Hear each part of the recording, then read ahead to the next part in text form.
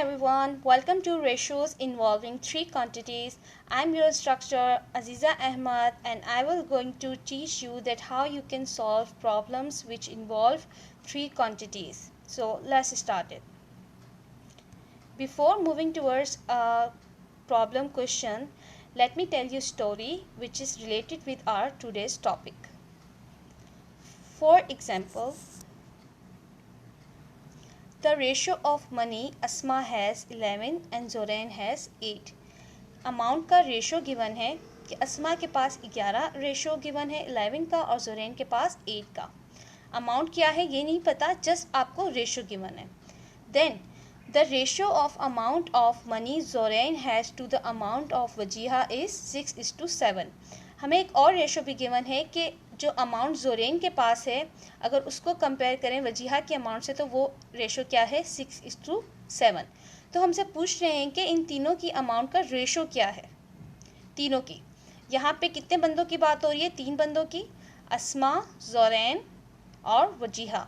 मगर डेटा आपको कितने बंदों का दिया गया है, डेटा आपको आप देख सकते हैं कि जोरैन का डेटा 2 टाइम्स दिया गया है यानी रेशो जो गिवन है, और वजीहा और अस्मा का 1 टाइम है. मगर आपको इन तीनों का रेशो बताना है कि अस्मा के पास जोरैन के मुकाबले में कितने पैसे हैं और जोरैन के पास वजीहा के मुकाबले में कितने पैसे हैं.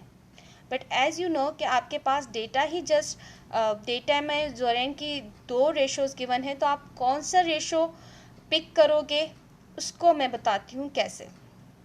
लुक एट हियर, आपके पास 2 रेशो गिवन है, एक है 8 जोरैन का और एक है 6. हम इसको रेस कर देते हैं.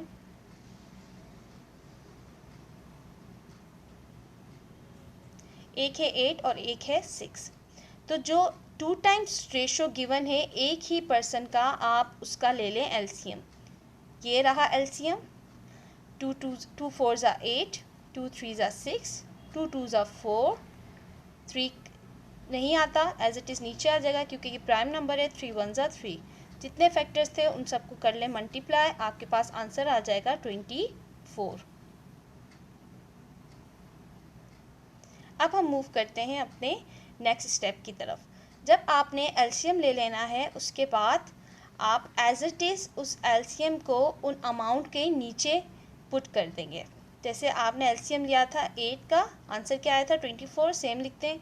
और जोरैन का जब 6 का रेशो लिया था तो आंसर आया था 24. एज इट इज़ उस नंबर के नीचे पुट कर दें.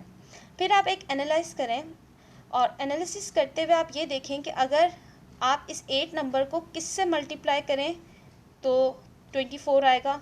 तो 8 3 24, 8 3 24 आ जाएगा.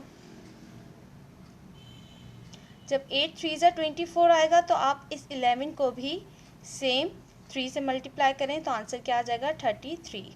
आप रेशो में दूसरे यूनिट को इसलिए 3 से मल्टीप्लाई कर रहे हैं क्योंकि अगर आप रेशो में एक यूनिट के साथ कोई चेंजेस करते हैं तो सेम एज इट इज़ आपको दूसरे यूनिट के साथ भी चेंज करना पड़ेगा. ठीक है, 8 का एलसीएम 24 था, किस नंबर से मल्टीप्लाई करें तो 24 आता है 3 से. तो आप सेम एज इट इज़ 11 के साथ भी यही करें, 11 को भी 3 से मल्टीप्लाई करें. अब हम आ जाते हैं दूसरे डेटा की तरफ. आपने 6 का एलसीएम लिया, सेम एज इट इज़ लिख दिया, 6 के नीचे 24. फिर आप एनालिसिस करें कि 6 को किस नंबर से मल्टीप्लाई करूं तो 24 आता है विच इज़ 4. 6 4 24 और आप 7 को भी 24 से मल्टीप्लाई कर देंगे. Answer is 28. अब क्लास आपको इन तीनों का रेशो बताना था. यही कह रहे हैं ना, what is the ratio of amount money they have, इन्हीं का आपको बताना था. और आपने इनका क्या किया, आपको पता चल गया. एक आ गया 33 अस्मा का, जोरैन का 24 कॉमन हो गया, दोनों में कोई भी एक नंबर पुट कर लें, और देन वजीहा. ये आपके पास आ जाएंगे आंसर. अगर ये किसी दूसरे नंबर से कट जाते तो हम मज़ीद उसे सिंप्लीफाई करते, बट क्योंकि ये मज़ीद किसी नंबर से नहीं कट रहे तो वही आंसर था. अब हम चलते हैं हमारी प्रॉब्लम की तरफ. प्रॉब्लम से पहले जैसा कि आपको पता है ratio is basically comparison, but यहाँ पे कंपैरिजन हम कर रहे हैं 3 या 3 से ज़्यादा क्वांटिटीज़ का. पिछले जिस क्वेश्चन में आपने किया था उनमें 2 क्वांटिटीज़ थी, बट यहाँ पे 3 या 3 से ज़्यादा भी क्वांटिटीज़ हो सकती हैं. बट जो आप क्वेश्चन करने जा रहे हैं उसमें हम 3 क्वांटिटीज़ को देखेंगे.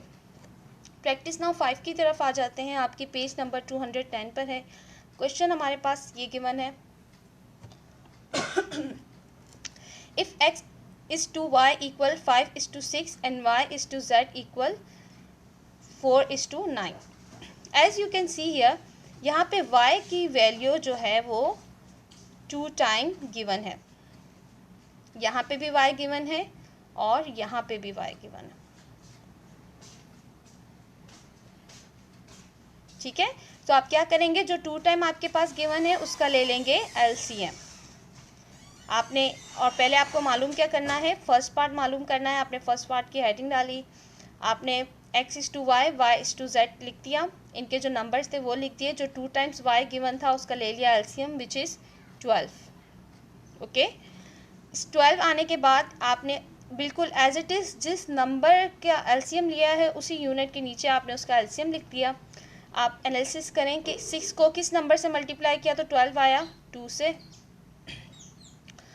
और 4 को किस नंबर से मल्टीप्लाई करेंगे तो आएगा हमारे पास 3 से। ठीक है, सो 4 3 ज़ा 12।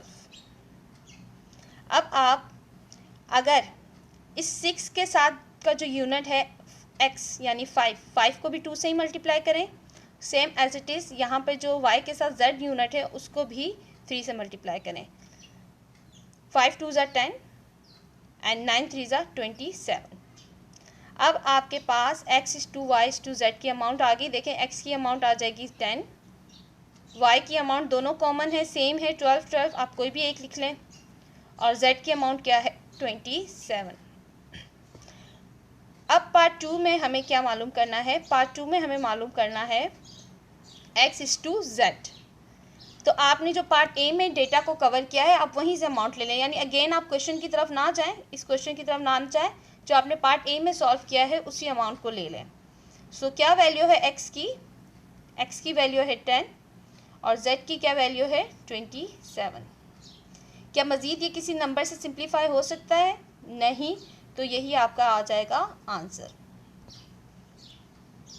सो क्लास यहाँ पर आपका एक असाइनमेंट क्वेश्चन है, आपकी एक्सरसाइज 9A क्वेश्चन नंबर 4 में ये क्वेश्चन गिवन है, where you can see 3 quantities जिसे आपको सिंप्लीफाई करना है। पार्ट ए में आप a is to b is to c मालूम करें, पार्ट बी में आप b is to a और पार्ट सी में आप b is to c मालूम करेंगे। So best of luck, thank you for listening me. I hope that this video will helpful for you. इस वीडियो ने आपकी मदद की होगी आपकी इन्फॉर्मेशन बढ़ाने के लिए। टेक केयर एंड अल्लाह हाफिज़।